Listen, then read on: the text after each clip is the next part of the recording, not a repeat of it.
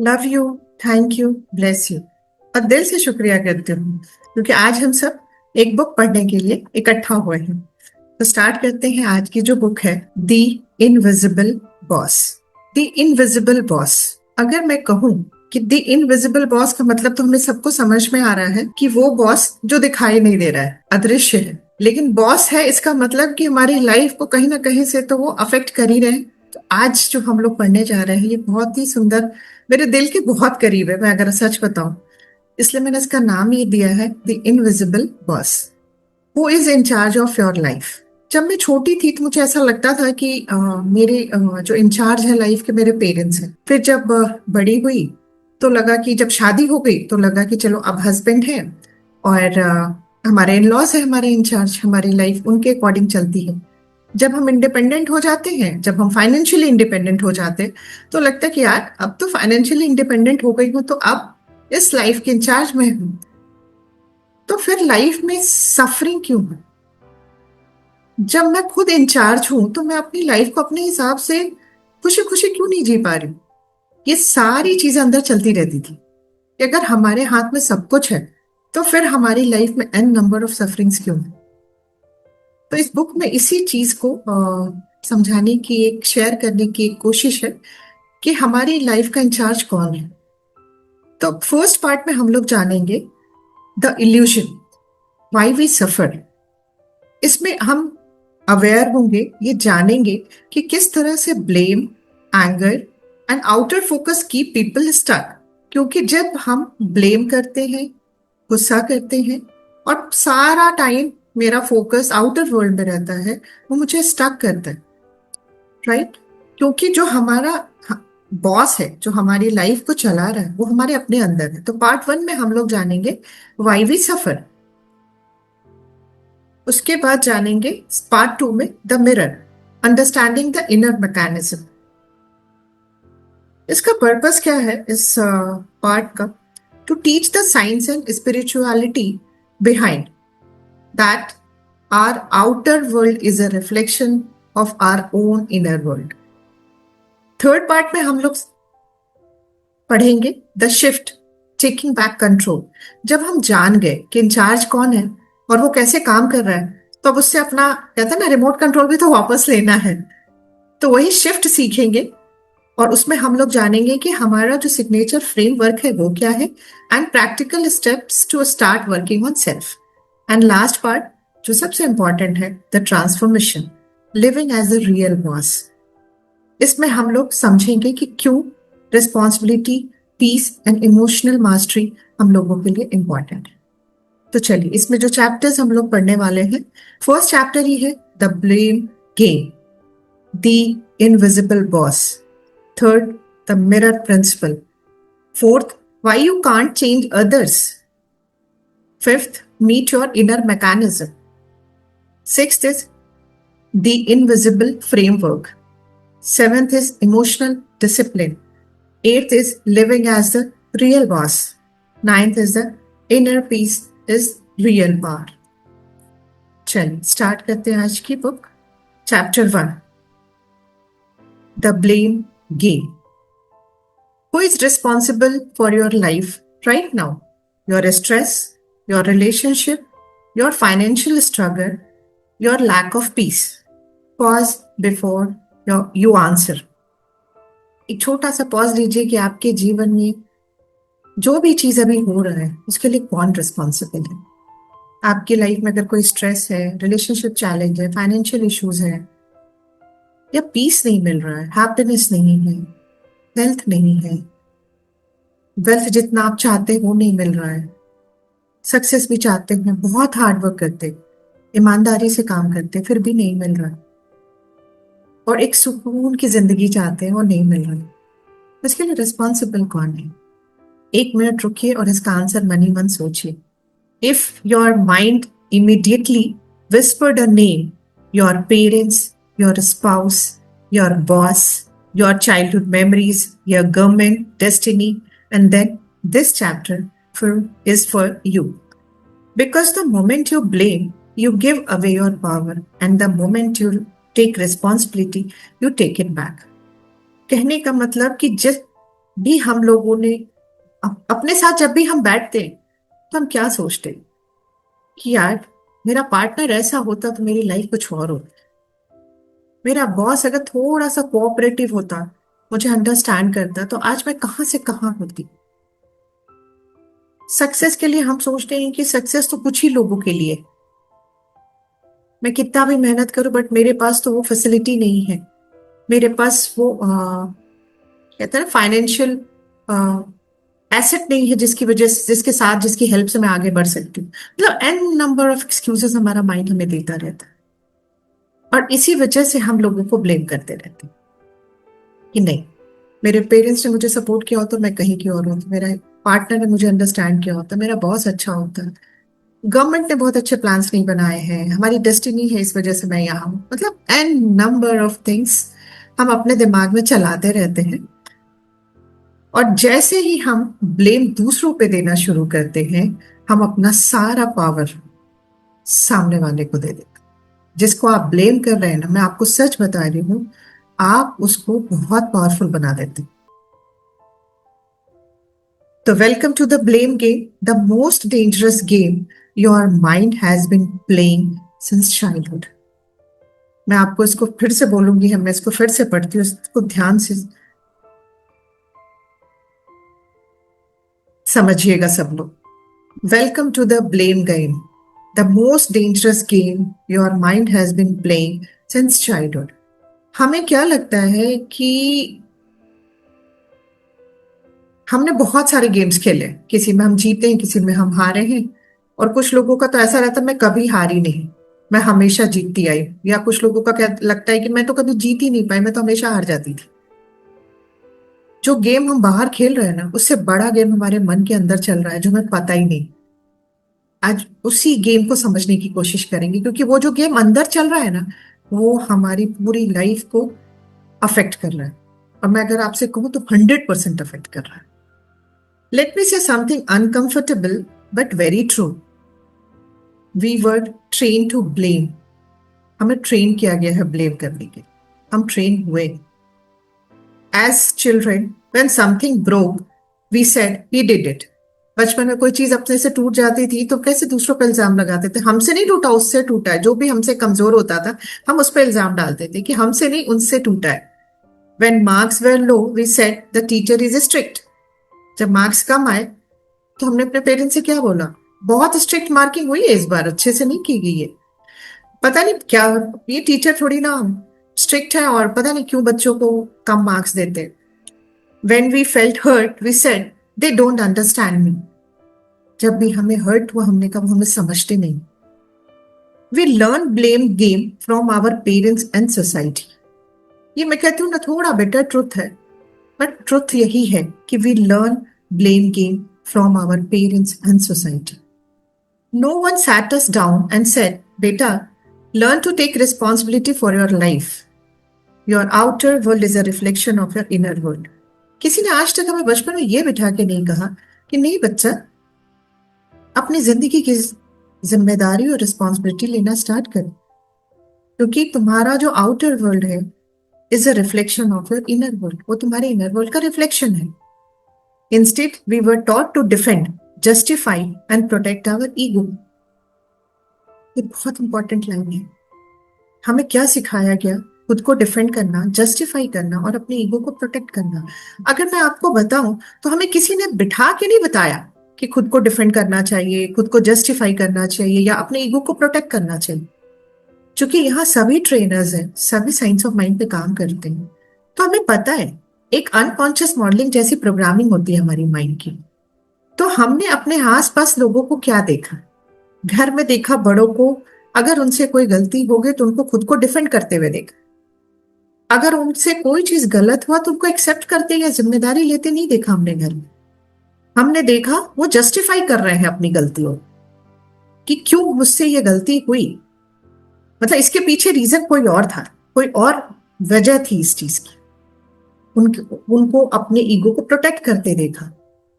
तो हम कहते हैं ना, जब हम बच्चे होते हैं ना तो हम वो नहीं सीखते जो हमें सिखाया जाता है, हम वो सीखते हैं जो हम देखते हैं। क्योंकि अनकॉन्शियस मॉडलिंग जो है माइंड का की प्रोग्रामिंग का एक बहुत इंपॉर्टेंट पार्ट है। और एन नंबर ऑफ, हमें सबको पता है कि एक सेकेंड में हमारा माइंड 200 मिलियन बिट्स इंफॉर्मेशन उठा रहा है। 2 मिलियन बिट्स इंफॉर्मेशन उठा रहा है, रिसीव कर रहा है। उसमें से हार्डली हमें 1/4 ही याद रहता है। कहते ना, एक चंक हम याद रख पाते हैं बस। तो आपको क्या लगता है कि अगर मुझे कोई सिखाए कि श्वेता, तुम्हें रिस्पॉन्सिबिलिटी लेनी चाहिए अपनी जिंदगी की, बट मैं चारों ओर देख रही हूँ कि लोग अपने आप को, अपनी गलतियों को एक्सेप्ट नहीं कर रहे। कोई भी चीज उनकी लाइफ में हो रहा है तो उसके लिए वो दूसरों को ब्लेम कर रहे हैं, अपने को बचाने के लिए जस्टिफाई कर रहे हैं हर चीज पे, अपने ईगो को प्रोटेक्ट करने में लगे हुए हैं। तो मेरी मॉडलिंग क्या होगी? मैं क्या सीखूंगी? वो 4 शब्द, क्योंकि हम सबको अच्छे से पता है कि अगर कम्युनिकेशन की भी बात करें तो वर्ड का कम्युनिकेशन ओनली 7% है। तो अनकॉन्शियस मॉडलिंग को मैं हमेशा कहती हूँ कि मुझे लगता है कि जो सबसे खतरनाक पावर हमारे माइंड के पास है, दैट इज अनकॉन्शियस मॉडलिंग। वो क्या मॉडल कर रहा है हमें पता भी नहीं चल रहा है, लेकिन हाँ, अगर हमारी बिहेवियर में वो चीजें देखने को हमें मिले जो हमें पसंद नहीं है, तो आप देखिएगा जरूर, कहीं ना कहीं आपके आसपास वो बिहेवियर कोई ना कोई पर्सन जरूर कर रहा है। तभी आपके माइंड ने मॉडल किया है उसको और आज वो एग्जीक्यूट कर रहा है आपकी लाइफ। तो मैं कहती हूँ this line is very important. Instead we were taught to defend, justify and protect our ego. सही मायने में हमें सिखाया नहीं गया है, बट जो हमने देखा है हमारे माइंड ने उसको मॉडल किया है, right? Now, as adults between 20 to 45 years, we are intelligent, educated, capable, yet emotionally powerless. आपको नहीं लगता कि हम सब बहुत इंटेलिजेंट, हाईली एजुकेटेड, केपेबल है, we can do anything, but emotionally stable कितने लोग हैं यहाँ पे? We all are emotionally powerless, I must say, because deep inside we still believe my suffering is because of someone else. इतने के बाद भी आज भी याद करिए, आपको कुछ लोगों का नाम याद आता ही है, और उनकी याद आते ही आपकी आंखों में आंसू आ जाते हैं। किसी का एंजाइटी, मतलब किसी को एंजाइटी होने लगता है, किसी को पेन फील होने लगता है, किसी को अनइजीनेस फील होने लगता है, और लगता है यार प्लीज तुरंत डिस्ट्रैक्ट करो, मैं नहीं ले पाऊंगी। क्योंकि हम मानते हैं कि हमारे पेन की वजह जो है वो है, और इस वजह से वो इतना पावरफुल है कि वो मेरे सामने नहीं भी है, तब भी मैं जब उसके बारे में सोच रही हूं तो मेरे अंदर इतने सारे चेंजेस हो जा रहे हैं। आपको नहीं लगता है उसको पावर किसने दिया है? मैंने और आपने दिया है, right? And here is the painful irony, when good thing happen we take full credit. जब कोई अच्छी चीज होती है तो हम पूरी क्रेडिट लेते हैं। मान लीजिए अगर आपने कोई काम किया और उसमें आपको सक्सेस मिलता है, तो जब आपको सब कॉन्ग्रेचुलेशन बोलते हैं और कहते हैं श्वेता तू लकी थी इसलिए तुझे ये मिल गया, तो मैं क्या कहूंगी? No, I worked hard, I am talented and I deserve this, but only when something good happen. लेकिन अगर सफरिंग आती है फिर वहां ये चीज कहाँ चली जाती है?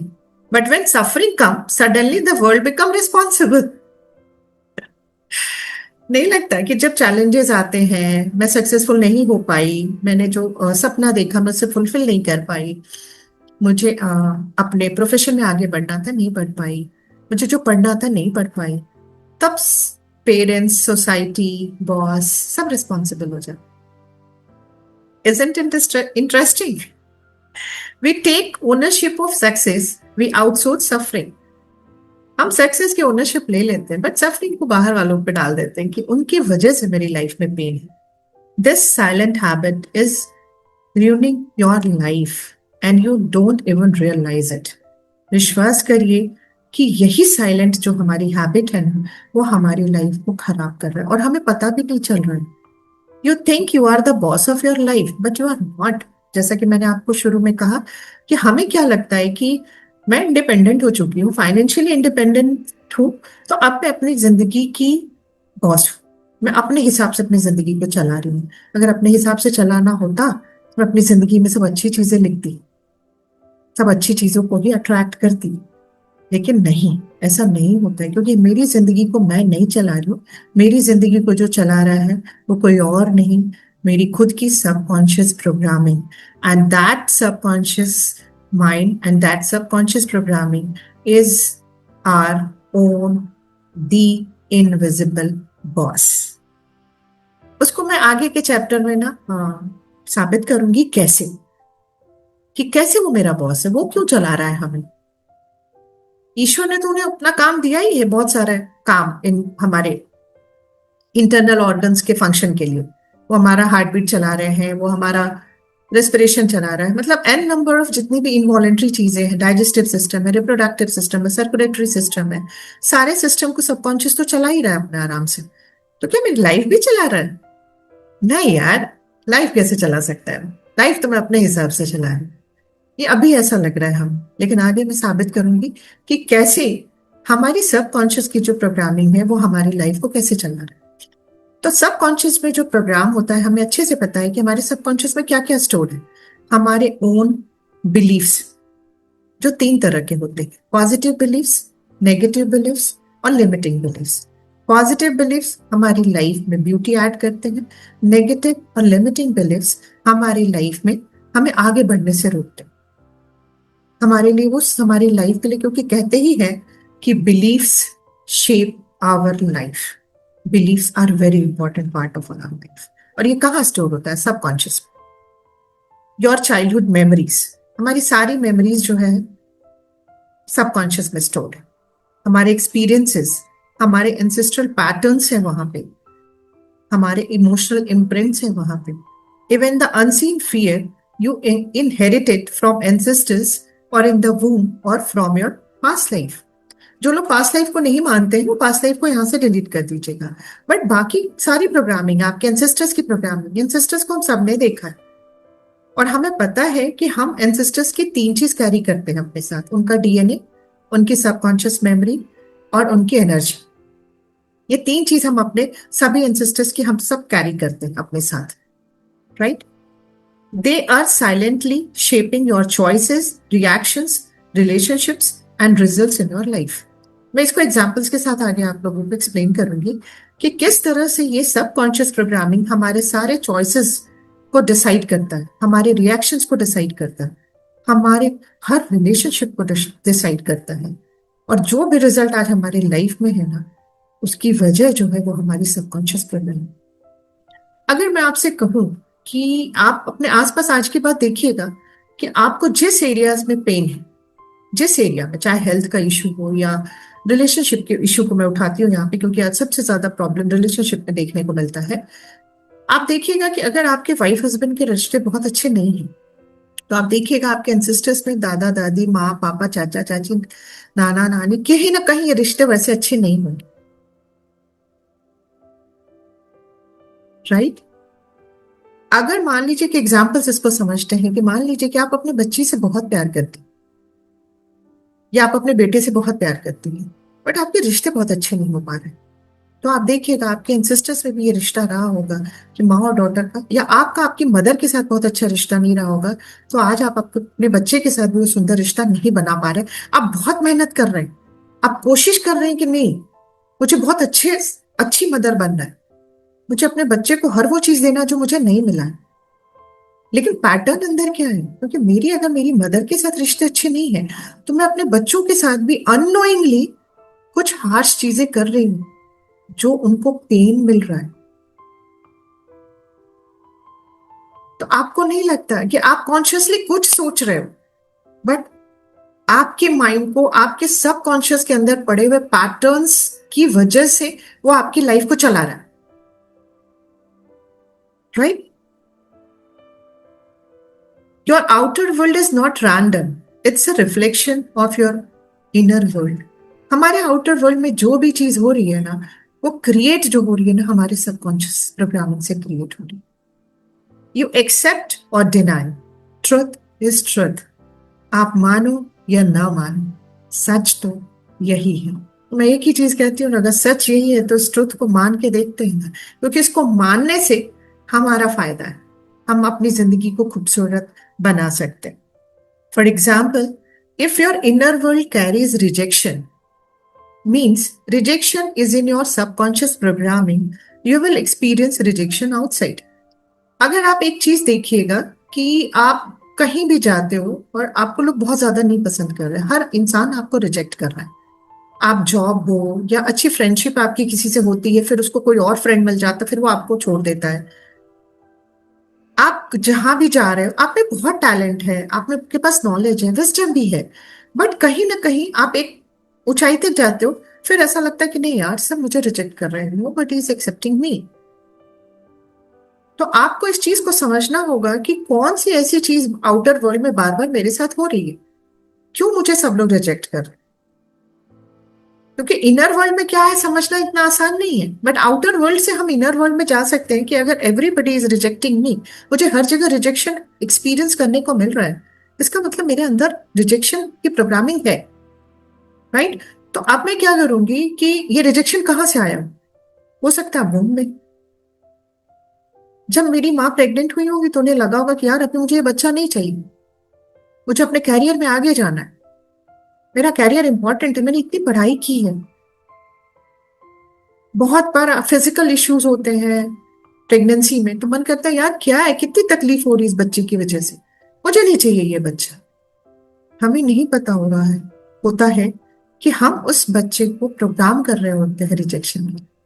तो हो सकता है वो रिजेक्शन हमें वूम्ब में मिला, या हो सकता है वो रिजेक्शन हमारे एंसेस्टर्स में रहा हो, वो पैटर्न हमारे डीएनए में आया है, और इस वजह से मैं पूरी लाइफ सब कुछ बेस्ट देने के बाद भी रिजेक्शन फेस कर रही हूं। आपको नहीं लगता है कॉन्शियसली आप सब कुछ अपना 100% दे रहे हो, आप अपना बेस्ट कर रहे हो, बट फिर भी रिजेक्शन मिल रहा है, तो आप तो इंचार्ज नहीं हुए ना अपनी लाइफ के, सबकॉन्शियस प्रोग्रामिंग ही हुई ना, जो वहां पड़ा है जीवन में घट वही रहा है, राइट। और एग्जाम्पल्स इसको समझते हैं। If your inner world, that is your subconscious programming, carries unworthiness, you will attract situation that confine it. बहुत बार हम कहते हैं ना कि पता नहीं लोग मुझे क्यों इस तरह से बोलते हैं, कोई मेरी रिस्पेक्ट नहीं करता है, हर इंसान मुझे उल्टा सीधा बोल के चला जाता है, चाहे वो घर हो, चाहे बाहर हो, या वर्क प्लेस हो, हर इंसान मुझे भला बुरा बोल रहा है। और हम क्या सोचते हैं ना कि वो बुरे हैं, उन्होंने मुझे गलत बोला। लेकिन मैं आज आपको बताने की जो मेरी कोशिश है वो यही है कि वो हमारे इनर वर्ल्ड में प्रोग्रामिंग है कि आई एम नॉट वर्दी। अगर वो अंदर प्रोग्रामिंग है ना, तो मैं हर वो सिचुएशन को अट्रैक्ट करूंगी जहां ये चीज प्रूफ हो जाएगी, क्योंकि सबकॉन्शियस ना इलॉजिकल माइंड होता है, उसको नहीं पता है कि ये चीज मुझे अच्छी नहीं लगती, उसको तो बस ये पता है कि जो अंदर पड़ा है उससे मिलती जुलती बाहर सारी चीजों को क्रिएट करना है। वो हमारे बिलीफ को, हमारी प्रोग्रामिंग को सच साबित करने के लिए किसी हद तक जाता है। If your inner world carries fear, life will appear unsafe and then you will blame life, situation and persons. अगर हमारे अंदर फियर की प्रोग्रामिंग है तो हम सारी चीजों में हमें डर लगेगा, और ये प्रोग्रामिंग कहीं से भी आ सकती है, वूम की हो सकती है, हमारे एंसेस्टर्स की हो सकती है, हमारे पास्ट लाइफ की हो सकती है, कहीं से भी आ सकती है, राइट। तो ये चीजें हमें समझना है कि जो भी हमारे सबकॉन्शियस में प्रोग्रामिंग है ना, हमारे आज का जीवन जो है ना वो उसी के अकॉर्डिंग चल रहा है। हमारे जीवन को कोई और नहीं, हमारा अपना सबकॉन्शियस माइंड चला रहा है, बट हमें पता नहीं चल रहा है। हम दुनिया में आउटर वर्ल्ड में स्टक हैं, वहां फंसे हुए हैं ब्लेम करने में, राइट। उसके बाद देखते हैं, but the truth is life only mirroring you. आज मैं आपसे कहती हूँ, हम लोग जब मिरर देखते हैं ना तो अपनी ये बाहर की जो सुंदरता है ना उसको देखते हैं, लेकिन जो आउटर वर्ल्ड में आपको दिख रहा है ना वो हमारे अंदर की प्रोग्रामिंग दिख रही है, राइट। Do you know why we blame. अब हम जानेंगे कि हम ब्लेम करते क्यों हैं, क्योंकि ब्लेमिंग फील्स सेफ। जब हम किसी को ब्लेम कर देते हैं ना तो बहुत सेफ फील करते हैं। If someone else is responsible for your suffering, then you don't have to change yourself, means you want to live. In your comfort zone. जब हम दूसरों को ब्लेम कर देते हैं कि यार मेरी सफरिंग की वजह तो उषा है, तो आपको लगता है मुझे कुछ अपने अंदर चेंज करना है? नहीं, मेरा काम खत्म। मैं लाइफ में आगे नहीं बढ़ पाई क्योंकि उषा आ गई थी कंपटीशन में, उसने जॉब के लिए इंटरव्यू दिया और उसको मिल गया क्योंकि बॉस उसको फेवर कर रहा है। दो लोगों को ब्लेम किया और अपने कंफर्ट जोन में आराम से रह गई। मुझे अब कुछ भी बदलने की जरूरत नहीं है, क्योंकि मुझे कंफर्ट जोन में माइंड को रहना अच्छा लगता है। कंफर्ट जोन उसको बोला जरूर जाता है, but in reality nothing is comfort in comfort zone. If you think about your life, you will see your life is full of compromises. This means comfort zone is full of compromises. आज हम सबके जीवन में जो compromise, कोई ऐसा इंसान यह नहीं है जिसने अपनी लाइफ में कॉम्प्रोमाइज नहीं किया है, और आज भी करते आ रहे हैं और आगे भी करते रहेंगे। लेकिन कंफर्ट जोन में बने रहेंगे क्योंकि दूसरे को ब्लेम कर दिया ना, मेरी जिंदगी की सफरिंग की वजह इतने सारे लोग हैं, तो मैं कंफर्ट जोन में हूँ। जब आप रिस्पॉन्सिबिलिटी लेंगे तो आपको एक्शन लेना पड़ेगा, और एक्शन लेना होगा तो कंफर्ट जोन से बाहर आना पड़ेगा। कंफर्ट जोन हमें सेफ फील कराता है।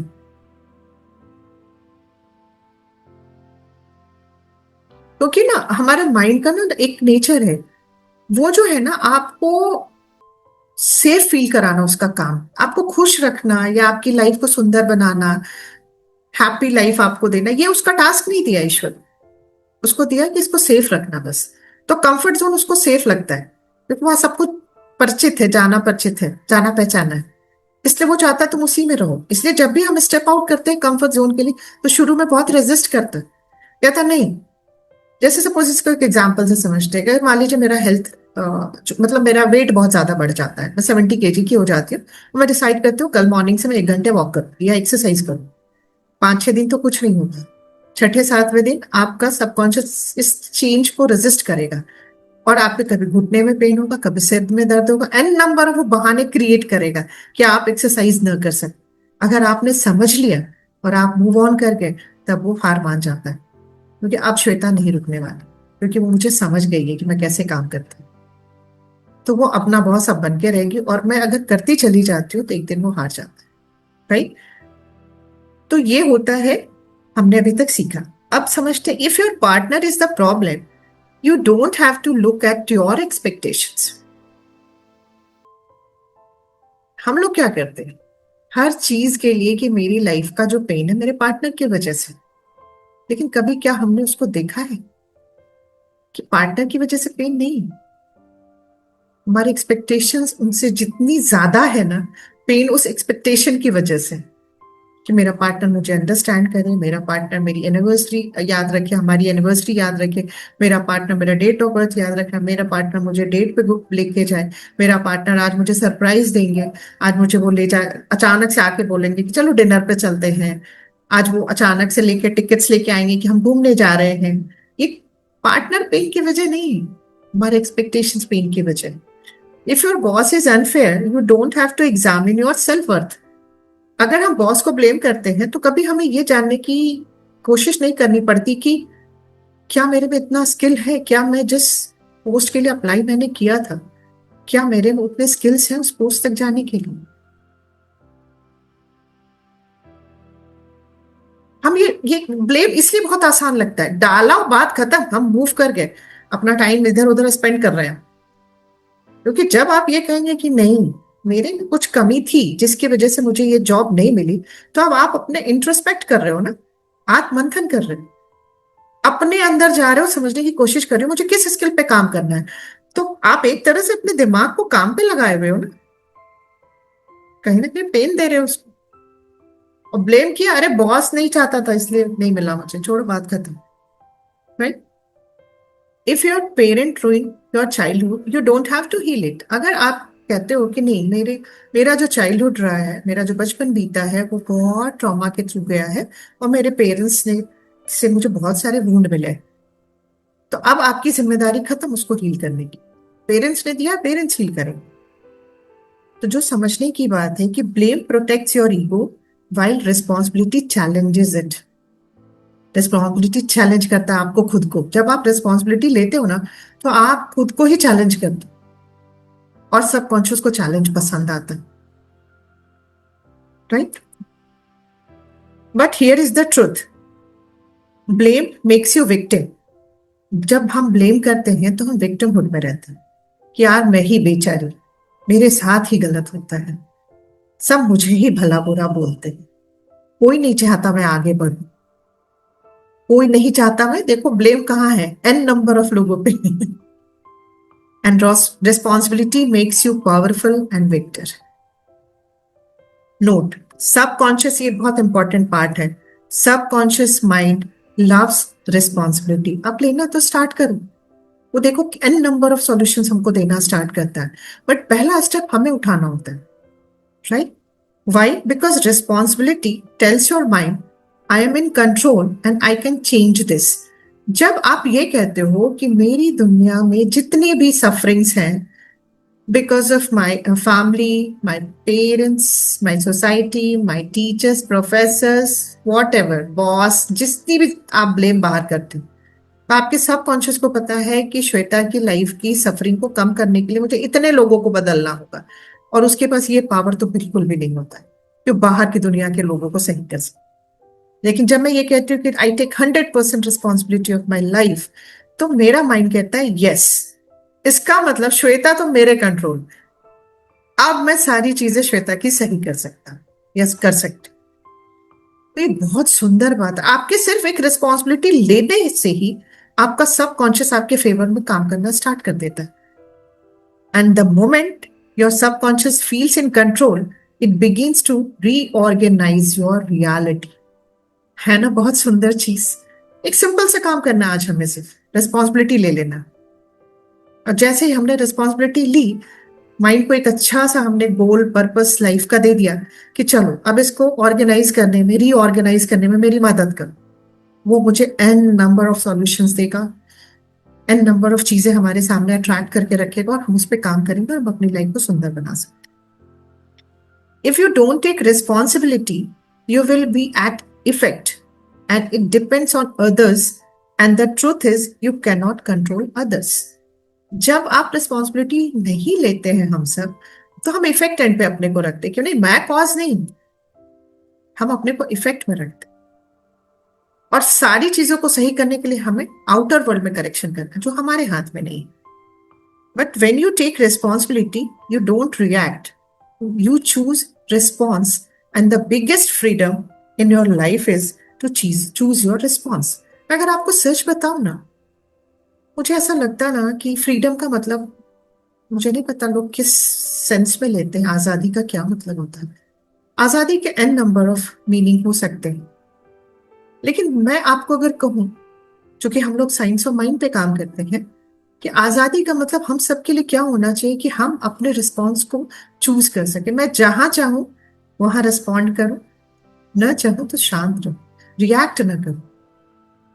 मतलब जब मैं अपने इमोशन को चूज कर सकती हूँ ना, तो मुझे नहीं लगता इससे बड़ा कोई फ्रीडम मेरे पास हो सकता है। जब मैं इमोशनली स्टेबल हूं, चाहे मुझे कितना भी क्रिटिसिज्म मिल रहा है, और मैं शांति से स्माइल कर रही हूँ। ऐसे में आप उन लोगों को याद करिए ना, जो भी जैसे मैं आपको कहूँ तो जीसस क्राइस्ट हो गए, या गौतम बुद्ध जी हो गए, या साईं बाबा हो गए, जो भी ऐसे सेंट हमारे इस दुनिया में आए हैं जिनको हमने देखा है, ये लोग कितना भी क्रिटिसिज्म इन्हें मिले, ये आराम से उन चीजों को फेस करते थे और शांत रहते थे, रिएक्ट नहीं करते थे। मैंने चूंकि मैं कॉन्वेंट स्कूल से मैं पढ़ी हूँ, तो मैंने पढ़ा था कि जब जीसस क्राइस्ट को वो लोग कील ठोक भी रहे थे, तो क्राइस्ट ये नहीं कह रहे थे, जीसस ये नहीं कह रहे थे कि हे ईश्वर इनका बुरा करना, कुछ नहीं कह रहे थे। वो क्या कह रहे थे कि इन्हें माफ करना, इन्हें पता नहीं ये क्या गलत कर रहे हैं।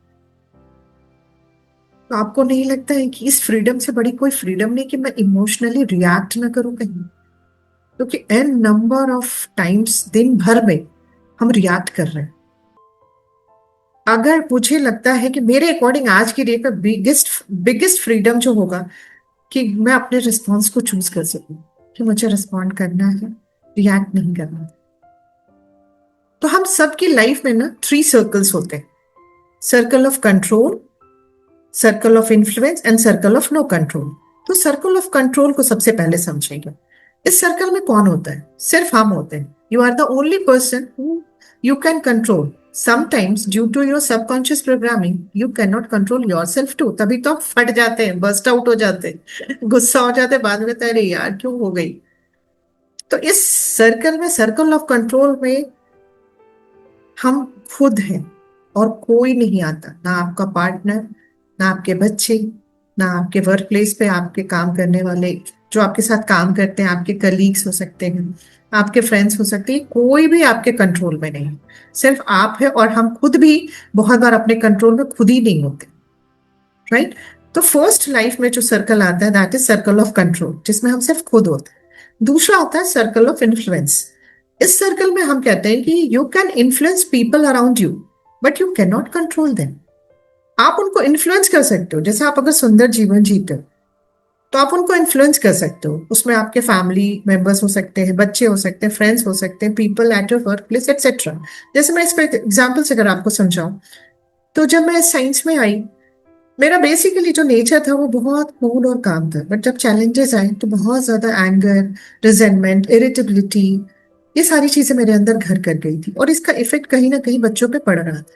तो जब मैंने इन सब चीजों को सीखना शुरू किया, तो अगर मैंने सीखना शुरू किया और मुझे अच्छा फील हुआ, और मैं कहती अपने बच्चों को, बच्चों आपको भी करना है, या मंगेश सर को कहती कि नहीं आपको भी सीखना है, तो वो कभी नहीं सीखती. लेकिन मैंने अपने पे जब काम किया और मैं शांत होने लगी, मैं स्टेबल दिखने लगी उन लोगों को, तो मेरी डॉटर ने आके सबसे पहले बोला कि मम्मा तुम ऐसा क्या कर रही हो, मुझे भी करना है क्योंकि तुम बदल रही, तुम बहुत शांत हो रही हो, तुम पहले वाली मम्मा बन रही.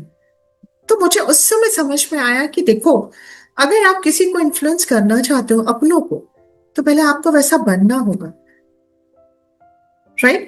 तो दूसरा सर्कल जो आता है सर्कल ऑफ इन्फ्लुएंस, उसमें आपको सिर्फ अपने पे काम करना है. लोग आपसे आके खुद पूछेंगे कि मुझे भी सिखाओ, आप ऐसा क्या कर रहे हो जिसकी वजह से आप इतना स्टेबल और पीस में दिखते हो. थर्ड सर्कल आता है सर्कल ऑफ नो कंट्रोल. इस सर्कल में आता है, in this circle you can not control anything.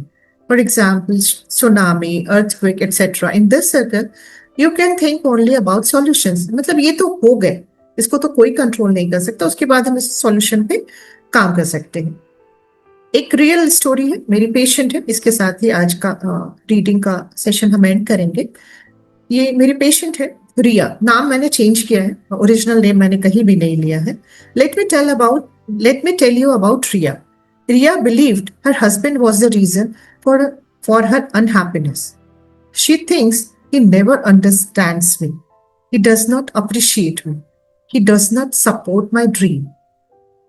For 5 years, she tried to change him, which resulted in argument, silence, emotional drama, hurts and pains, but nothing worked. कहने का मतलब कि वो मेरे पास हमेशा अपने जब भी हेल्थ चैलेंजेस लेके आती थी तो मैं यही पूछती थी कि रिया, कोई तो ऐसी चीज है कि तुम ठीक हो जाती हो, फिर 2 या 3 महीने बाद फिर मेरे पास आ जाती हो एक नई बीमारी लेकर के. तुम्हारे लाइफ में चल क्या रहा है, क्या प्रॉब्लम है? तो उसने बोला कि मेरे हस्बैंड मुझे बिल्कुल अंडरस्टैंड नहीं करते.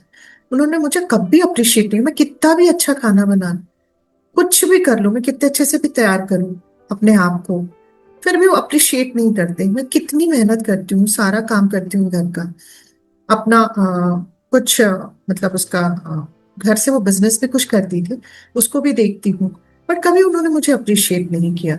और मैं एक ही चीज चाहती हूँ, मैं दूसरों के हस्बैंड को देखती हूँ, वो बहुत अप्रिशिएट करते हैं, मेरे फ्रेंड्स हैं, उनके हस्बैंड्स उन्हें अंडरस्टैंड करते हैं, उन्हें घुमाने ले जाते हैं. बट मेरे हस्बैंड मुझे बिल्कुल भी अंडरस्टैंड नहीं करते, कभी अप्रिशिएट नहीं करते हैं. मतलब अगर मैं बीमार भी हूं तो अपने काम पे चले जाते हैं. मतलब एन नंबर ऑफ उसकी कंप्लेंट्स थी. और उसका कहना है मेरी शादी को 5 साल हो गए हैं, अब मैं थक गई, अब मैं उनको चेंज करना चाहती हूँ. और मैं सच बताऊं तो अब मैं थक गई हूँ, इसलिए अब मेरा लगता है कि मुझे अब चेंज करना ही नहीं. तो उस समय हम लोग वर्कशॉप्स किया करते थे ऑफलाइन. मैंने कहा ज्वाइन अस. उसने हमारे वर्कशॉप को ज्वाइन किया और मैंने एक सिंपल सा उससे क्वेश्चन पूछा. जब हम सेशंस कर रहे थे तो मैंने उससे सिंपल से क्वेश्चन पूछा कि अगर मैं आपसे कहूँ रिया कि आपकी प्रॉब्लम जो है ना आपके हस्बैंड नहीं, आपकी एक्सपेक्टेशन है, एक बार सोचना. क्योंकि आपका एक्सपेक्टेशन है कि आपके हस्बैंड जो है आपको अंडरस्टैंड करें, आपकी एक्सपेक्टेशन ही कि वो हर चीज में आपको अप्रिशिएट करे, हर चीज में आपको वैलिडेट करे। आज आप बिजनेस कर रहे हो ना घर बैठ करके, फिर भी आप कहते हो कि मेरे सपनों को सपोर्ट नहीं करता। आप किस तरह का सपोर्ट चाहते हो? मतलब आपके एक्सपेक्टेशंस है वहां और भी कुछ अलग हो करके, और आपने इतनी सारी कोशिश करी लेकिन कुछ भी आपके हाथ आया नहीं। एक बार जाके इस पे सोचना जरूर कि प्रॉब्लम हस्बैंड है कि और एक्सपेक्टेशंस है। बिलीव मी, मुझे लगता है कुछ दिनों के बाद आई और उसने कहा कि बिल्कुल सही कहा आपने, पेन की वजह मेरे हस्बैंड नहीं है, मेरे एक्सपेक्टेशंस है। और मैं आपको सच बताऊं, क्योंकि वो सारी चीजों को सीखा उसने कि चाइल्डहुड प्रोग्रामिंग कैसी होती है, सबकॉन्शियस प्रोग्रामिंग होती कैसे है। फिर उसने इस चीज को आकर के खुद मुझसे शेयर किया कि she realised she had grown up in a house where appreciation was rare. उसको बचपन में भी किसी ने अप्रिशिएट नहीं किया था, स्पेशली जो हम कहते हैं ना, हमारे पेरेंट्स। बच्चे को सबसे ज्यादा अप्रिसिएशन, वैलिडेशन, लव अपने पेरेंट्स से चाहिए, राइट? तो उसको वो चीज अपनी फैमिली में नहीं मिला था, कभी उसे अप्रिशिएट नहीं किया गया। She carried a deep conscious belief, उसके अंदर एक डीप कॉन्शियस बिलीफ था कि I am not important unless someone constantly validates me. उसने क्या किया ना, जब उसको अप्रिसिएशन नहीं मिलता था छोटी छोटी चीजों के लिए, वो चाहती थी, नहीं मिलता था तो वो क्या करती थी, कुछ अच्छा किया, बहुत मेहनत करती थी, और कभी फर्स्ट आई तो उसके घर में उसको अप्रिशिएट किया गया, सबने बड़ा दिखाया कि अरे बहुत अच्छी है रिया, रिया पढ़ने में कितनी अच्छी है। तो उसने देखा, देखो मुझे अगर अटेंशन चाहिए, अप्रिसिएशन चाहिए, तो मुझे बहुत ज्यादा हार्ड वर्क करना पड़ेगा, और अगर मैं कुछ अच्छा नहीं करती हूं तो मैं यूजलेस हूं, मैं किसी काम की नहीं। तो उसको अपनी वर्थ साबित करना पड़ता था हर छोटी छोटी चीजों के लिए, चाहे वो लव हो, अप्रिसिएशन हो, वैलिडेशन हो। तो ये उसके अंदर बिलीफ और ट्रॉमा था। ये ट्रॉमा उसको कहाँ मिला था? चाइल्डहुड में मिला था, अपनी फैमिली से मिला था। हर husband was not responsible for her childhood wound, but she was expecting him to heal it. उसके चाइल्डहुड का ये जो ट्रॉमा था कि उसे अप्रिशिएट नहीं किया, किसी ने वैलिडेट नहीं किया, उसको अंडरस्टैंड नहीं किया, अब वो ट्रॉमा और बिलीफ के रूप में पड़ा हुआ है उसके अंदर। अब वो किससे एक्सपेक्ट कर रही है? मेरे हस्बैंड ने ये सारी चीजें करनी चाहिए बिना बोले। मैंने कहा, आपने कभी कहा कि आप मुझे अप्रिशिएट करो, मुझे अच्छा लगता है? नहीं, मैं क्यों कहूं, उसे समझना चाहिए। मैंने कहा, नो कम्युनिकेशन। बट सारी चीजें कोई कैसे समझ सकता है? तो मैं कहती हूँ ना कि आप सोच के देखो, वुंड रिया का मिला बचपन में, बट उसकी मैरिज लाइफ को वो अफेक्ट कर रहा है, उसके रिलेशनशिप को अफेक्ट कर रहा है। तो आपको क्या लगता है, रिया तो बिजनेस कर ही रही थी, अर्न तो कर ही रही थी, तो भी वो अपनी लाइफ की इंचार्ज नहीं थी खुद। उसकी लाइफ का इंचार्ज उसके वो चाइल्डहुड ट्रॉमास थे, चाइल्डहुड बिलीव्स थे, जो उसके सबकॉन्शियस के अंदर पड़े हुए थे। तो इंचार्ज कौन हुआ? इनविजिबल बॉस कौन हुआ हमारी लाइफ का? हमारा ओन सबकॉन्शियस माइंड और उसके अंदर की programming. I love this quote, मैं हमेशा इस कोट को बोलती हूँ, hurt is not your fault but healing is your responsibility. No one can heal your wound, only you can heal your wounds. Stop giving the remote control of your life to your old wounds or memories. Right? Love you. Thank you. Bless you. कल हम लोगों ने इसका पहला chapter start किया है और chapter का नाम है द ब्लेम गेम, और उसको हम लोगों ने कल आधा पढ़ा था। आधा जो बचा हुआ है उसको अभी हम स्टार्ट करेंगे। हम लोगों ने कल अपने इस बुक रीडिंग में जहां एंड किया था, रिया की स्टोरी से एंड किया था कि रिया पूरे जीवन अपने हस्बैंड को चेंज करना चाहती रही, कि उसका हस्बैंड उसे अंडरस्टैंड करे, उसका हस्बैंड उसके सपनों को समझे, उसका हस्बैंड उसे अप्रिशिएट करे, उसे वैलिडेट करे उसके हर टास्क के लिए, उसके हर काम के लिए। बट ऐसा कुछ हुआ नहीं। लेकिन जब उसने रियलाइज किया कि ये जो एक्सपेक्टेशंस है उसका, वैलिडेशन का, अप्रिसिएशन का, उसका सीड जो था उसको चाइल्डहुड में मिला था, क्योंकि वो उस फैमिली में जन्म उसका हुआ था जहां पे अप्रिसिएशन, वैलिडेशन, ये सारी चीजें नहीं थी उसकी लाइफ में। तो वो वुंड उसको वहां मिला था, चाइल्डहुड में उसके मिला था। लेकिन वो उसको हील करने की जिम्मेदारी उसने खुद ना लेकर के अपने हस्बैंड को दे दी थी। जबकि ऐसा होता नहीं है। अपना वुंड हम खुद ही हील कर सकते हैं। तो फिर आज हम लोग स्टार्ट करते हैं यहीं से कि I love this quote, hurt is not your fault but healing is your responsibility. ये कोट मेरे दिल के बहुत करीब है और मैंने इस बुक में 2-3 बार इसको मेंशन किया है ताकि हमारे दिल में बैठ जाए, तभी हम अपने को हील करना स्टार्ट करेंगे। और जब हमें ये, मैं कहती हूँ ना, हमारे बिलीफ में बन जाएगा, हमारे सबकॉन्शियस में ये प्रोग्राम हो जाएगा, इंस्टॉल हो जाएगा अगर मैं कहूँ तो आप सोच के देखिए कि हमारे लिए फॉरगिवनेस बहुत आसान हो जाए, जो आज हम सबकी लाइफ में सबसे डिफिकल्ट टास्क होता है। No one can heal your wound, only you can heal your wounds. Stop giving the remote control of your life to your old wounds और मेमोरीज। इस चीज को हमें समझना है कि अननोइंगली रिया क्या कर रही थी। उसने अपना रिमोट कंट्रोल अपने हस्बैंड को नहीं दिया था, एक तरह से उसने अपने उस ओल्ड पुरानी मेमोरीज को देके रखा था जो उसको रूल कर रही थी। और मेमोरीज कहाँ स्टोर होती है? तो सबकॉन्शियस। इसलिए हम कहते हैं ना, जो इस बुक की जो थीम है वो यही है कि हमारा बॉस हम खुद नहीं है, हमें हमारा सबकॉन्शियस रन कर रहा है थ्रू प्रोग्रामिंग। जो भी प्रोग्रामिंग वहां है उसके थ्रू हम रन हो रहे हैं, बट हमें बस पता नहीं चल रहा है। When she stopped blaming and started healing her own wound and feeling of not good enough, something shifted in her world. जब उसने ये मानना शुरू किया कि नहीं, I am worthy, I am good enough, everyone understands me, और उसने अपनी हीलिंग पे काम करना स्टार्ट किया। उसने एक्सपेक्टेशन अपने हस्बैंड के पास से कम किया। उसने ये समझा कि ये वुंड मेरा चाइल्डहुड का है, मुझे इससे हस्बैंड से कोई लेना देना नहीं है। और वो अपना 100% उस रिश्ते में देने लगी। और उसने जो सबसे पहली चीज मुझसे बोला कि मैं शांत होने लगी हूँ। शांत तो मैं पहले भी थी डॉक्टर साहब, लेकिन पहले सिर्फ यहां से शांत थी और अंदर तूफान चलता रहता था पूरे टाइम। आज यहां से भी शांत हो और यहां से भी शांत हो। जब ये दोनों शांति आई जीवन में ना, तब मैं कम्युनिकेट करने लगी बिना ब्लेम किए हुए। वरना पहले तो सेंटेंस, मतलब मैं बोलती, मुझे ऐसा लगता था कि मैं नॉर्मली कम बोलती थी। मैं मोस्ट ऑफ द टाइम, अगर मेरी टोन जेंटल भी है तो बट मैं सरकास्टिक होती थी, राइट। उसके बाद से ना अब ये नहीं लगता कि मेरे हर काम को अप्रिशिएट किया जाए। अब मुझे ऐसा लगता है मैं अपना 100% दे रही हूं ना, that is it. And with in months her relationship with her husband changed, not because her husband transformed magically, but because she did it. Right? तो आज जो भी लोग हम सामने रिश्तों को सुधारने में लगे हैं ना, वो नहीं करना है हमें। हमें सिर्फ अपने पे काम करना है। Her outer world shifted when her inner world shifted. Right? आगे बढ़ते। Is this miracle? अगर कोई कहे तो क्या रिया की लाइफ में कोई मिराकल हुआ?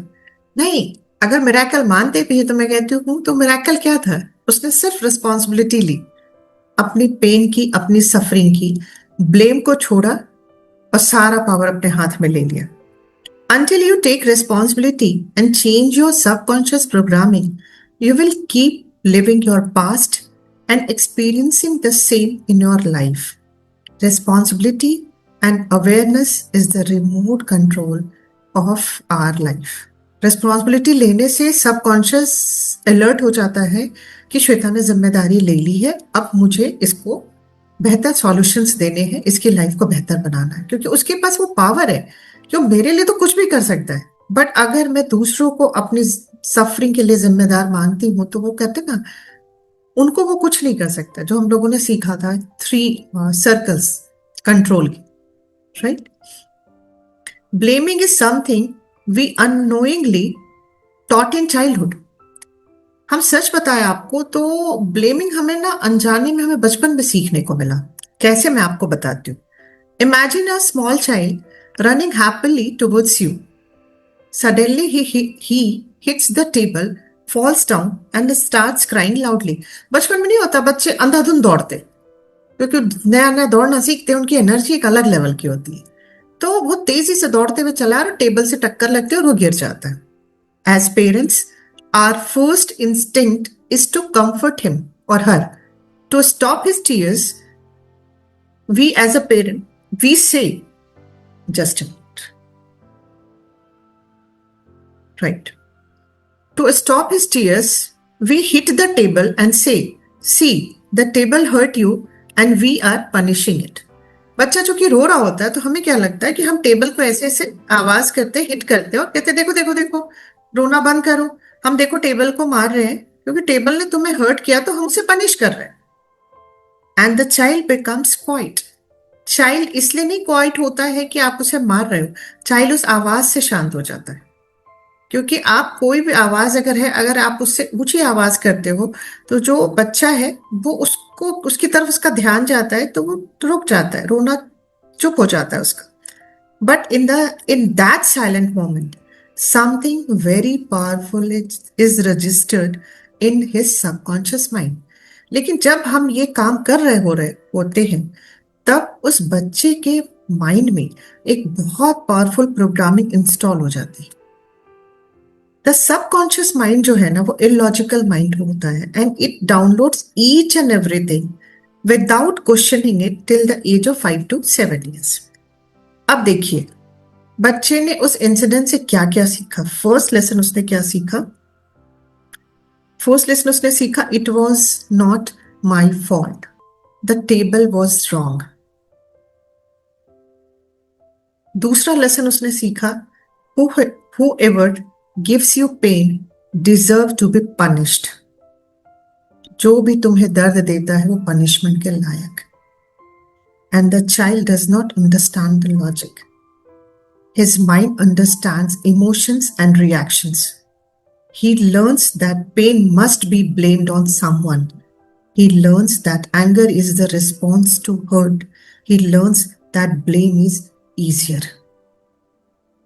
आज आपको नहीं लगता है, मान लीजिए कि आज दो बच्चे हैं, दोनों में एक अच्छी दोस्ती है, फ्रेंडशिप है, वो प्लान करते हैं कि ठीक है हम आगे एक रिश्ते में भी बन सकते, बट किसी रीजन से लड़की या लड़का एक दूसरे को मना कर देते, वो नहीं ले पाता क्योंकि उसको लगता है हर्ट किया तो मुझे उसको पनिश करना है.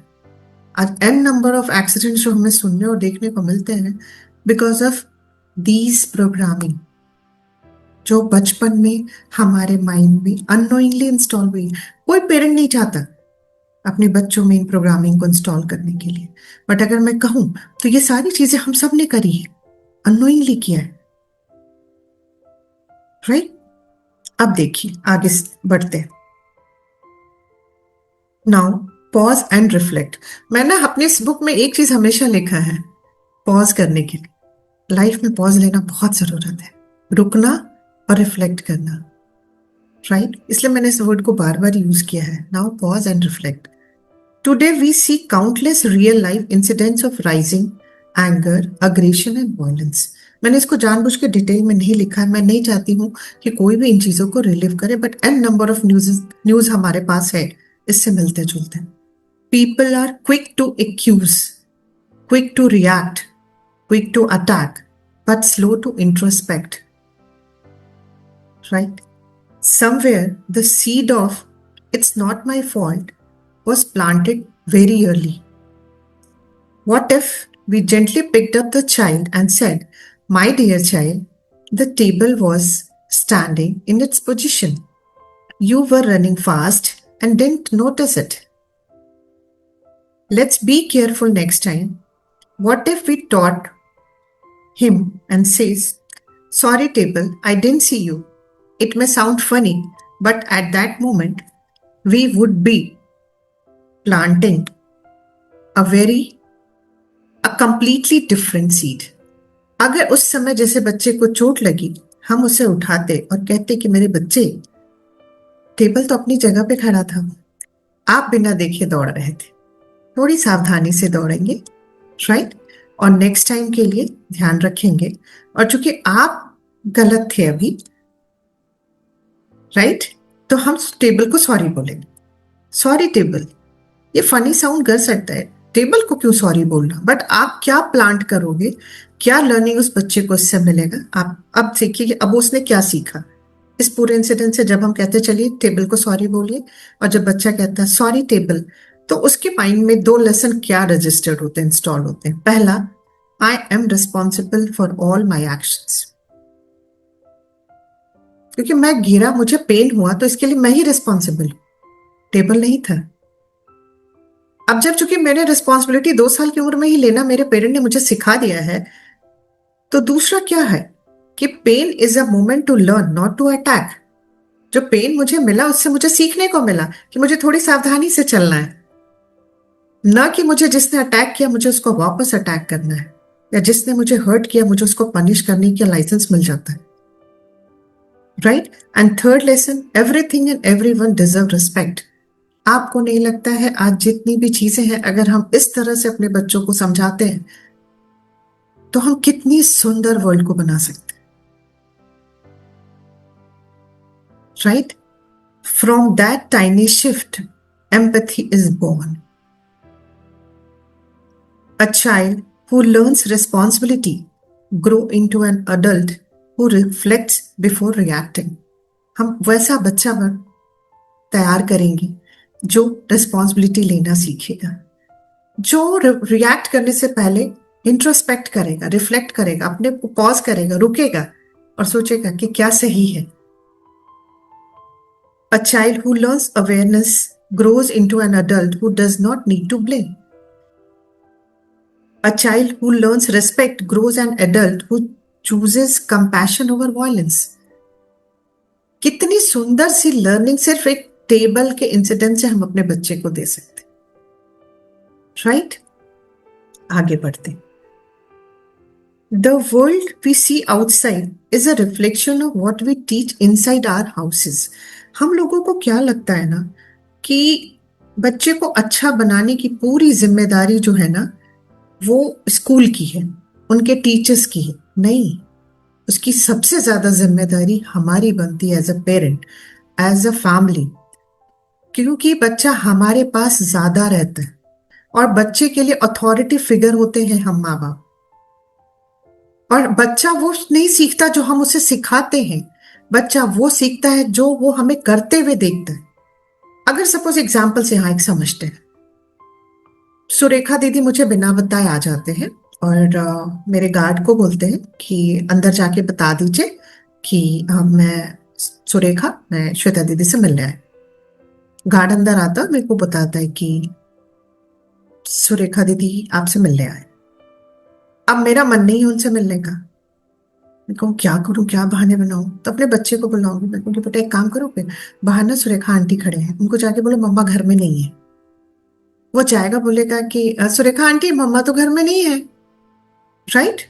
मुझे क्या लगा, मैंने एक बात खत्म कर दी, मेरा मन नहीं था मिलने का, मैं नहीं मिली, बट मैंने अपने बच्चे के मन में झूठ बोलने के लिए सीट लगा दिया उसी से।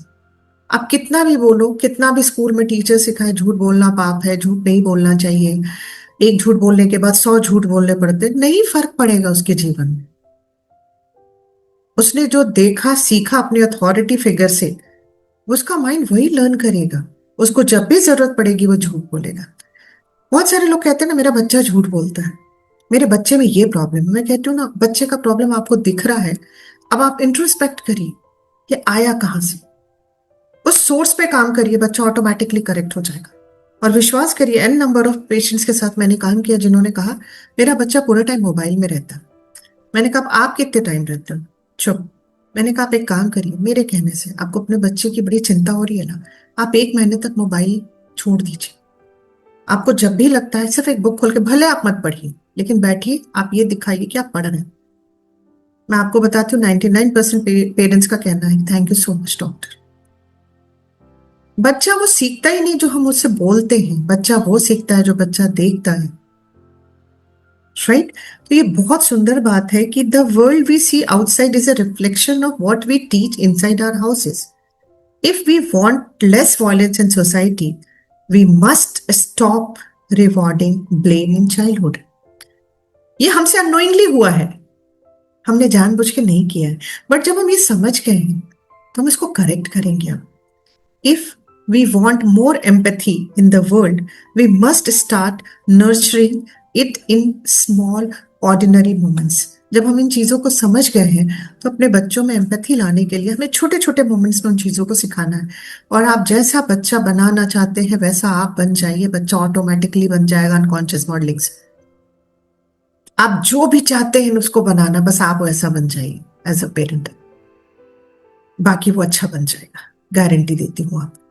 Because sometimes the future of humanity is shaped not in big speeches, but in how we as parents respond when a child bumps into a table. बड़े बड़े भाषणों से बच्चे नहीं बनते बच्चे बनते हैं छोटे छोटे एक्शन से जो बच्चा घर में हम करते हैं, जो बच्चा हमें देखता है, जो जिस देख के बच्चा सीखता है। Blame keeps you powerless. जब भी हम ब्लेम करते हैं हम पावरलेस फील करते हैं। Responsibility gives you the power to change your life. Now let's take another example. एक और एग्जाम्पल आप लोग ले लें, इसमें है a man loses his job, he says the company is corrupt, the market is bad and my boss never liked me, etcetera etcetera. Maybe some of that is true, but if he asks instead, कहने का मतलब ये भी मेरी एक patient है, वो बहुत ज्यादा स्ट्रेस में चल रहे थे क्योंकि उनके हस्बैंड का जॉब चला गया था। तो मैंने, क्योंकि जब डिजीज आजकल मेरे पास पेशेंट लेकर के आता है तो डिजीज पे तो मैं डॉक्टर हूँ तो मैं ट्रीटमेंट लिखती हूँ, बट मैं उसके रूट कॉज में जाने की कोशिश करती हूँ। मैं पूछती हूँ कि किस बात का स्ट्रेस है, तो क्योंकि उसको जो डिजीज थी वो स्ट्रेस रिलेटेड थी। अगर मैं आपको बताऊँ तो 90% diseases are stress related. Actually survey से 86% ऑफ डिजीज जो है वो स्ट्रेस से होती है, राइट। तो मैं जरूर पूछती हूँ कि आपको क्या प्रॉब्लम है, तो बोले मेरा हस्बैंड का जॉब चला गया। जहां भी जाते कुछ ही साल काम कर पाते, फिर कहीं ना कहीं किसी न किसी रीजन से कुछ टेंशन होता है, वो कुछ ऐसा रिएक्ट कर देते हैं, गुस्सा बहुत ज्यादा है मैडम जी, और उनको वो जॉब छोड़ना पड़ता है। अच्छा, उसी को मैंने इसमें थोड़ा सा ब्रीफ में किया है, क्योंकि उसने यही कहा कि कंपनी करप्ट है, यहाँ पे कोई भी अच्छे से काम नहीं करता है, मार्केट भी बहुत अच्छा नहीं है, मेरा बॉस मुझे फेवर नहीं करता, किसी और को फेवर करता है। तो वो क्या कर रहा था, वो पूरे टाइम पूरे आउटर वर्ल्ड को ब्लेम कर रहा था। इसकी बजाय अगर वो अपने आप से पूछता, what skills did I not upgrade, जिसको मिला उसमें कौन सा ऐसा स्किल था जो मैंने अपग्रेड नहीं किया, या मुझे किस और स्किल पे काम करना चाहिए जिसकी वजह से मेरे जैसा कोई नहीं होता इस कंपनी में। आपको पता है हम लोगों को क्या पूछना है ये सिखाया गया कि तुम क्या पूछो, कैसे पूछना है, माइंड से कैसे कनेक्ट करना है ये नहीं बताया गया, और क्या पूछना है। हमें अगर ये बताया जाता ना कि कोई भी सिचुएशन आए तो उसमें अपने आप से सवाल करना है, हम दूसरों से सवाल करते हैं। तो मैंने उन्हीं के इंसिडेंट्स को यहाँ शेयर किया है कि अगर उन्होंने ये पूछा होता, what skills did I not upgrade, what fears stopped me from growing, what belief about money am I carrying. अब जैसे वो ये क्वेश्चन पूछता ना, सारे पावर उसके हाथ में आ जाते। Blame creates stagnation while responsibility creates movement, awareness and action। अब जैसे ही उन्होंने ये 3 क्वेश्चन पूछा, इसके आंसर उनको मिलेंगे और वो उस पर काम करना शुरू हो जाए कर देंगे। तो सबसे पहला क्या, उन्होंने सही सवाल पूछा, वो अवेयरनेस में आए, सही सवाल पूछा, और जैसे ही सवाल पूछा उसके आंसर मिले, उन्होंने फिर एक्शन स्टार्ट किया, अपने स्किल पे काम करना शुरू कर सकते हैं। वो क्या फियर है वो उस पर काम कर सकते हैं, और मनी के लिए क्या बहुत नेगेटिव बिलीफ्स तो नहीं है, लिमिटिंग बिलीफ्स तो नहीं है उनके अंदर, फिर वो बिलीफ्स पे भी काम कर सकते हैं। The deep truth of your life is you are not suffering because of what happened. इसको ध्यान से सुनिएगा। The deep truth of your life is you are not suffering because of what happened. You are suffering because of the meaning of your subconscious mind gave to what happened. हमारे जीवन की suffering इसलिए नहीं है कि क्या हुआ हमारे साथ गलत, सफरिंग इसलिए है कि हमारे माइंड ने उस इवेंट को क्या मीनिंग दिया। राइट, आगे बढ़ते। Because mind is a meaning making machine. Mind का तो काम ही है हर इंसिडेंस को मीनिंग देना। कहते हैं ना, event has no meaning, we give meaning to the event. एक ही इवेंट में हम 4 या 5 लोग जाएंगे, कोई कहेगा अरे यार उस दिन का प्रोग्राम ऑसम, मजा आ गया। कोई कहेगा अरे यार बहुत बोर हो रहे थे वहां पे। कोई कहेगा यार मुझे तो वहां का फूड ही नहीं अच्छा लगा। अब एक ही इवेंट है, उसमें जितने लोग जाएंगे उसका उनका माइंड अपने हिसाब से उस इवेंट को मीनिंग देगा, राइट? क्योंकि हमारा माइंड जो है ना, वो मीनिंग मेकिंग मशीन है. Every second mind is giving meaning to every event, situation, person, etc. Knowingly or unknowingly, mostly it happens unknowingly, right? तो मैं जब भी बात करती हूँ ना कि अवेयरनेस में हमें रहना होगा, हमारे अंदर चल क्या रहा है, थॉट्स क्या चल रहे हैं, इस पर काम करने की जरूरत सबसे ज्यादा है हम लोग. Two people go through the same event, one grows stronger and other becomes bitter. एक ही इवेंट, जो मैं भी आपसे बात कर रही हूँ कि एक ही इवेंट है, उसमें एक स्ट्रांग होता है और एक को बिटर एक्सपीरियंस करता है वहां पे.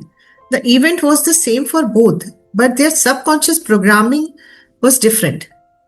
Your subconscious memory, belief, patterns, ancestral importance, they are the they are the invisible boss of your life. कहने का मतलब एक ही इवेंट में दो पर्सन, एक को लगता है स्ट्रांग महसूस करता है और एक को बिटर एक्सपीरियंस होता है. इवेंट तो सेम ही था, तो डिफरेंस क्या था वहां पे? उन दोनों की सबकॉन्शियस प्रोग्रामिंग. और वो ही उन हम सबके जीवन की जो बॉस है, जो दी इनविजिबल बॉस है, वो हमारी ओन सबकॉन्शियस प्रोग्रामिंग है.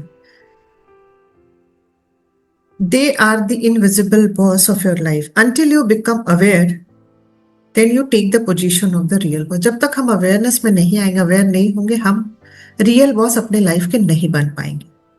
Over years of working as a doctor with my patients, I have seen them struggling with emotional pain, relationship conflicts, health challenges, and lack of direction. मैं चूंकि patient को बहुत ज़्यादा उनकी डीप हिस्ट्री लेती हूँ, तो मैंने उस पर देखा कि उन लोगों को जो सबसे ज़्यादा चैलेंजेस मैंने देखे, वो पेन में देखा लोगों को.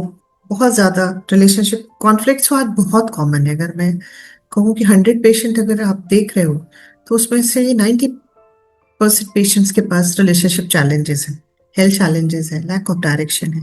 But one common patterns I have seen in all of them are blaming.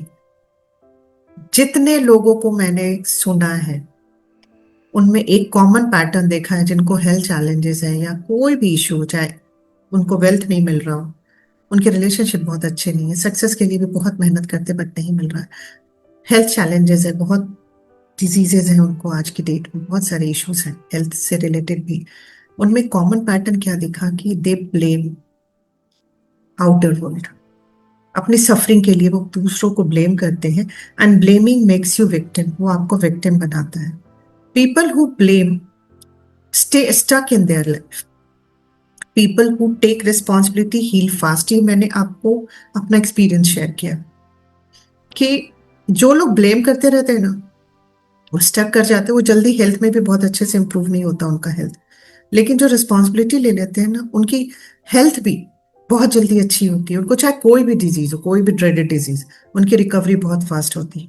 Do you know why? Because responsibility activates their powerful psychological mechanism. इसको मैं एक्सप्लेन करूंगी क्यों, कैसे. सबसे पहला क्या होता है? Internal focus of your control. The belief that your action influences your life. This increases resilience and problem solving ability. जैसे ही आपने रिस्पॉन्सिबिलिटी ले लिया, ब्लेम से अपने को हटाया, आपका बिलीफ जो है चेंज होते ही आपके वो एक्शन को इन्फ्लुएंस करता है, राइट? दूसरा आता है neuroplasticity activation. When you believe you can change, your brain brings to form a new neural pathways. जैसे ही आप कहते हैं कि yes, I am responsible for everything, जैसे आप ये कहते हैं, आपका ब्रेन क्या समझता है इसको कि यस, या आपने सोचा कि नहीं, I can change my self, आप मुझे इस पर काम करना है, और आपके नए न्यूरल पाथवेज आपके लिए ब्रेन बनाना स्टार्ट भी कर देता है. बट आपको कंसिस्टेंटली इस बिलीफ को बनाए रखना है. ये नहीं कि आज जोश आ गया तो आज तो मैं करूंगी, कल फिर वही पुराने डर पे. नहीं, क्योंकि न्यूरल पाथवे जो एक बार बन जाता है ना, वो खत्म नहीं होता है. आप उसको रिप्लेस कर सकते with a new neural pathway, but उसको इतनी बार आपको उस पैटर्न को रिपीट करना होगा ताकि वो पुराने न्यूरल पाथवे जो है वो फेड हो जाए और ये ज्यादा प्रोमिनेंट हो जाए, राइट? हमें जोश आता है तो हम एक दिन सब कुछ करते हैं, फिर 4 दिन फिर उसी ढर्रे पे चले जाते हैं पुराने वाले. थर्ड आता है emotional regulation. Responsibility reduces reactive patterns and increases conscious response. जैसे ही आप सोचिए, एक आपसे ब्लेम करना छोड़ देते हैं, आपके अंदर ये 3 चेंजेस ऑटोमेटिकली हो जाते हैं। रिस्पॉन्सिबिलिटी जब हम लेना स्टार्ट करते हैं तो हम रिएक्ट करना छोड़ देते हैं, क्योंकि हमें मालूम है ना जो भी हो रहा है लाइफ में उसके लिए रिस्पॉन्सिबल मैं ही, और हम रिस्पॉन्ड करने लगते हैं रिएक्ट करने की बजाय।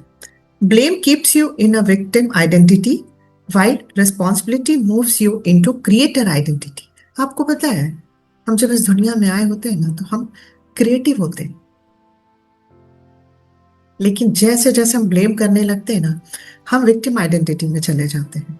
जैसे ही हम रिस्पॉन्सिबिलिटी लेते हैं ना तो हम कहते हैं अच्छा, अगर ये मुझसे क्रिएट हुआ है तो मैं इसको करेक्ट भी कर सकती हूँ। तो हुए ना हम क्रिएटर अपनी लाइफ के। खाम खा ईश्वर को हम भला बुरा बोलते रहते हैं अपने पेन के लिए, कि सुन ही नहीं रहा आजकल, इतनी सारे पेन्स दे रखा है, पता नहीं मैं कनेक्ट क्यों नहीं कर पा रही हूँ उससे, क्योंकि हम ब्लेम में फंसे हुए। कहां से कनेक्ट करेंगे उनसे, राइट?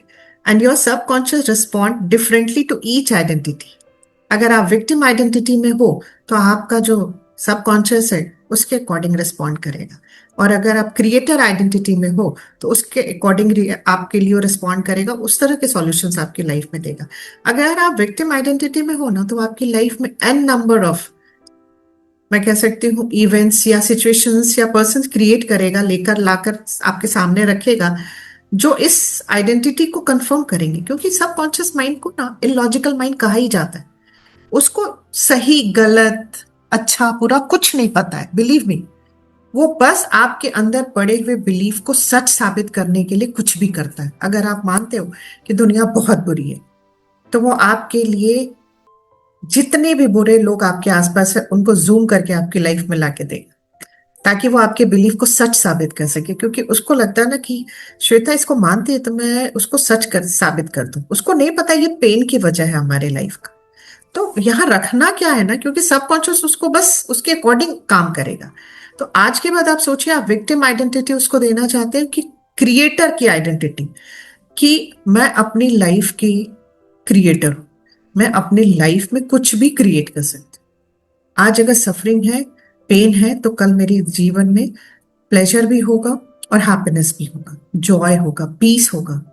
वेल्थ नहीं है तो वेल्थ होगा, सक्सेस नहीं है तो सक्सेस होगा, क्योंकि I am a creator of my life. आपको ये आइडेंटिटी देनी है उसको, right? When you say this always happens to me, और ये हम लोग बहुत बोलते थे ये हमेशा मेरे साथ ही क्यों होता है? Your subconscious confirm helplessness. Subconscious को ये समझ में आता है कि ये जो हेल्पलेसनेस है श्वेता की, मुझे इसकी लाइफ में बार बार क्रिएट करके देना है, और वो बार बार क्रिएट करता रहता था। जब इन चीजों को समझा तो अब कोई भी अगर सिचुएशन आता है तो व्हाट वी से, what is this situation teaching me? ये जो एक्सपीरियंस अभी मैंने किया, इससे मुझे सीखने के लिए क्या था इसमें? ये मुझे क्या सिखाने आया? यहाँ लेसन और लर्निंग क्या है मेरे लिए? लेसन और लर्निंग लिया, वो इंसिडेंस, उससे मिलता जुलता इंसिडेंस दोबारा कभी नहीं आया जीवन में। विश्वास करिए, जो भी लिखा है ना, एक एक अक्षर, छोटी सी बुक लिखी है बट जी करके लिखी। उसके बाद आपका सबकॉन्शियस आपको बताना शुरू करता है कि इसमें तुम्हारे लिए सीखने को क्या था। Your subconscious loves responsibility, direction and ownership. और हम उसे क्या दिए हुए? Victim identity, blame game. नहीं करना आज के बाद से हम, right? Now let's move from understanding to transformation journey. अब ये तो हम समझ गए कि ब्लेम कितना नुकसानदेह है हमारे लिए। तो आज के बाद सबसे पहला जो काम हमें करना है ना, कुछ भी हो रहा हो, कोई हमें भला बुरा बोल रहा है, हर्ट कर रहा है, कुछ भी कर रहा है, एकदम शांत रहना। पॉज फॉर 90 सेकेंड, एकदम शांत रहिए और सोचिए इसमें मुझे सीखने को क्या है, ये मुझे क्या सिखाना चाह रहा है। अगर आप सोच लीजिए कि कोई आपके आसपास ऐसा इंसान है जो हमेशा आपको हर्ट करते हैं, हमेशा आपको पेन देते हैं, तो वहां सीखने को क्या है? आप देखिएगा, 2 तरह के लोग होते हैं। एक इंसान होता है, उसे कोई फर्क नहीं पड़ता, उसे आप कुछ भी बोल दो, वो ऐसे जैसे ना एनिमल्स अपने झाड़ते हैं और चल देते हैं, वैसे ही कुछ लोग होते हैं। और जो हाइपर सेंसिटिव लोग होते हैं, उन्हें उस बात दिल में घर कर जाती है, उनको लगता है यार क्यों बोला इन्होंने मुझे ऐसा, ऐसे नहीं बोलना चाहिए था। अब आप देखिए, इन लोगों के लिए जो लर्निंग थी वहां पे, जो हाइपर सेंसिटिव लोग हैं, उनके लिए लर्निंग पता वहां पे क्या थी, उनको सीखना क्या था वहां से। सबके इंसिडेंसेस अलग अलग हो सकते हैं, बट उससे जो कोर मैसेज हमें लेना था वो हमें क्या सिखा रहे थे, हमें पेशेंस सिखा रहे थे, हमें अपने इमोशन को कंट्रोल करना सिखा रहे थे। मेरी आदत थी रिएक्ट करने की, मुझे रिस्पॉन्ड करना सिखा रहे थे, मुझे अपने को इवॉल्व करने में मदद कर रहे थे। लेकिन हम क्या करते, किसी ने बोला हम उनके साथ उलझ के उनके साथ चल देते। उलझना नहीं है आउटर वर्ल्ड, राइट। तो अब हम लोग जानेंगे कि अगर हमें ट्रांसफॉर्मेशन अपनी जर्नी स्टार्ट करनी है यहाँ से, तो हमें क्या क्या एक्सरसाइजेस करने हैं। तो फर्स्ट एक्सरसाइज जो करनी है वो है that is blame audit. Blame audit क्या होता है? For the next 7 days observe your language. एक हफ्ते तक हमें इस चीज का ध्यान रखना है कि हम बोलते क्या है। Every time you say because of him और her, because of my parents and boss, because of my situations, जब भी आप बोलो ना अरे यार मुझे इतना प्रॉब्लम हो रहा है आजकल, मेरा ड्राइवर रोज नहीं आता है, मुझे कभी रिक्शे से जाना पड़ रहा है, कभी ऑटो से जाना पड़ रहा है, यार मैं कितनी भी मेहनत करती हूँ ना, फिर भी मेरे पास बहुत ज्यादा मुझे ग्रोथ नहीं मिल रही है। क्यों नहीं मिल रही है पता नहीं, मेरे आज जितने भी मेरे बॉस लोग हैं ना वो मुझे सपोर्ट ही नहीं कर रहे। जब भी आप देखो ना बिकॉज अगर आ रहा है ना सेंटेंस में, तो वहां पॉज रखिए, लगाइए, देखिए नहीं मुझे ये नहीं बोलना है। हमें अपने सेंटेंस को रीराइट करना होगा। पहले एक हफ्ते लिखिए अपने सेंटेंसेस को, फिर take a pause, rewrite the sentence starting with I am experiencing this because आई।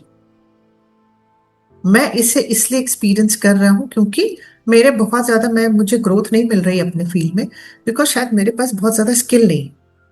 मैंने जितनी भी अभी लेटेस्ट चीजें आई हैं, जैसे एआई आया है, तो मैंने उससे रिलेटेड कोर्सेज नहीं किया है, मैंने अपने को अपग्रेड नहीं किया है, right. Not to shame yourself but to reclaim your power. Shame में नहीं जाना यार मैंने अपने को अपग्रेड नहीं किया, नहीं, अपने पावर को रिक्लेम करने के लिए हमें ये बोलना है कि I am experiencing this because मैंने अपने को अपग्रेड नहीं किया। फॉर एग्जाम्पल, अभी चूंकि हम रिलेशनशिप की भी बात कर रहे थे, instead of saying my partner makes me angry, right, I feel angry because I expect this from my partner. फिर से सुनिए इस सेंटेंस को, मेरा ना पार्टनर मुझे गुस्सा दिलाता है, नहीं मुझे गुस्सा आ रहा है क्योंकि मैंने ये एक्सपेक्ट किया कि वो मेरे लिए वो वैसा करेंगे। आपने पावर अपने हाथ में वापस ले लिया। Means my expectation makes me angry, not my partner. Awareness is the first step from blame to responsibility.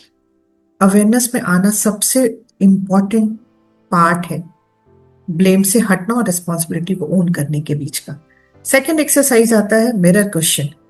Whenever something triggers you, ask what inside me is being reflected. मेरे अंदर ऐसा कोई भी चीज अगर आपको ट्रिगर करता है तो आपको शांत होना है। मैं कहती हूँ हर चीज के बाद 90 सेकेंड का पॉज लीजिए। What inside me is being reflected, मेरे अंदर ऐसा क्या है जो रिफ्लेक्ट हो रहा है। If someone disrespects you, ask do I disrespect myself somewhere? क्योंकि हमें पता है कि बाहर की दुनिया में जो चीजें दिख रही है वो हमारे अंदर की दुनिया का प्रोजेक्शन है,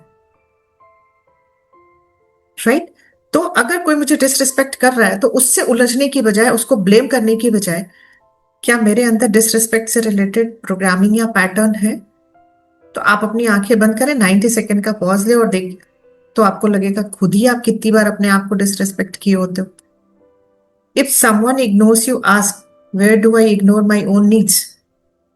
बहुत बार ये इग्नोर वाला जो मैंने उठाया है और डिसरिस्पेक्ट, ये बहुत कॉमन हम लोगों के चैलेंजेस है लाइफ की। यार पता नहीं इतना कुछ करते हो फिर भी लोग मुझे इग्नोर करते हैं। क्यों? क्योंकि हम अपने ओन नीड्स को इग्नोर करते हैं। तो जो अंदर है वही बाहर है। Your outer world is a mirror of your inner world, right.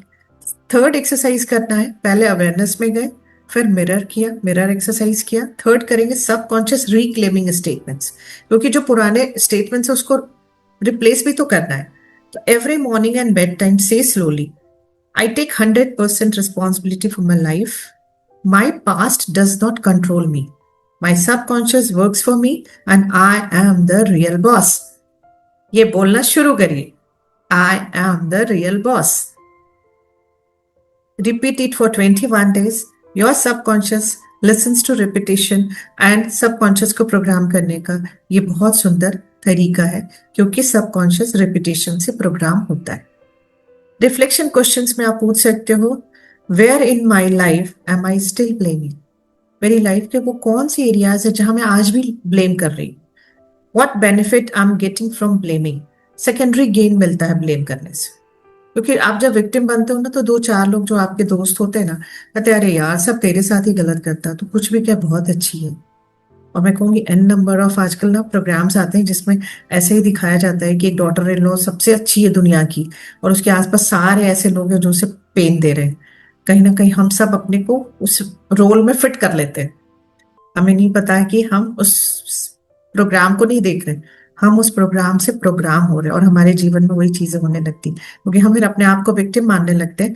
फिर हमारा सबकॉन्शियस उस विक्टिम को, जो मेरी आइडेंटिटी मैंने खुद बनाई है एक सीरियल देख करके, उसको सच साबित करने के लिए एन नंबर ऑफ सिचुएशन और पर्सन हमारी लाइफ में अट्रैक्ट करता है।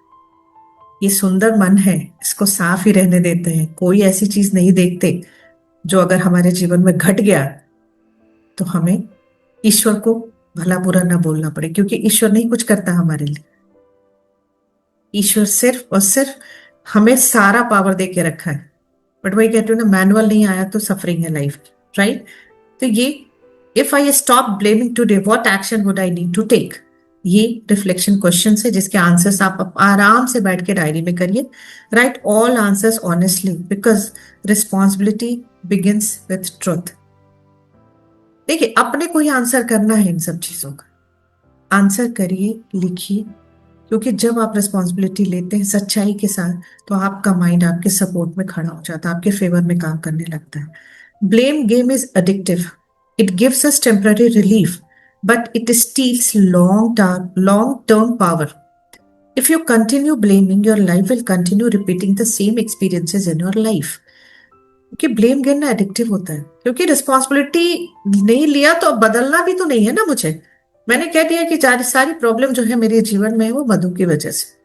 अब बदलना मधु को, मुझे थोड़ी मेहनत करनी है ना, मुझे अपने कंफर्ट जोन से बाहर निकलना, ना मुझे कोई स्किल पे काम करना, ना मुझे अपने बिहेवियर को बदलना है, ना मुझे कुछ सोचना, ना मुझे अपने पैटर्न को चेंज करना, ना मुझे अपने लिमिटिंग बिलीव्स को ध्यान देना, ना मुझे इतने सारे क्वेश्चन को आंसर करना है, कुछ नहीं करना है। तो मैं तो आराम से अपने कंफर्ट जोन में मधु बदलेंगी, तब जाके मेरा जीवन सुंदर होगा। तो कहते हैं ना, नौ मन तेल होगी न राधा नाचेगी, एक फ्रेज हम लोग बचपन में पढ़ा करते थे, वही वाली बात है यहाँ, right? If you choose responsibility your life will start transforming and you will experience positive things in your life.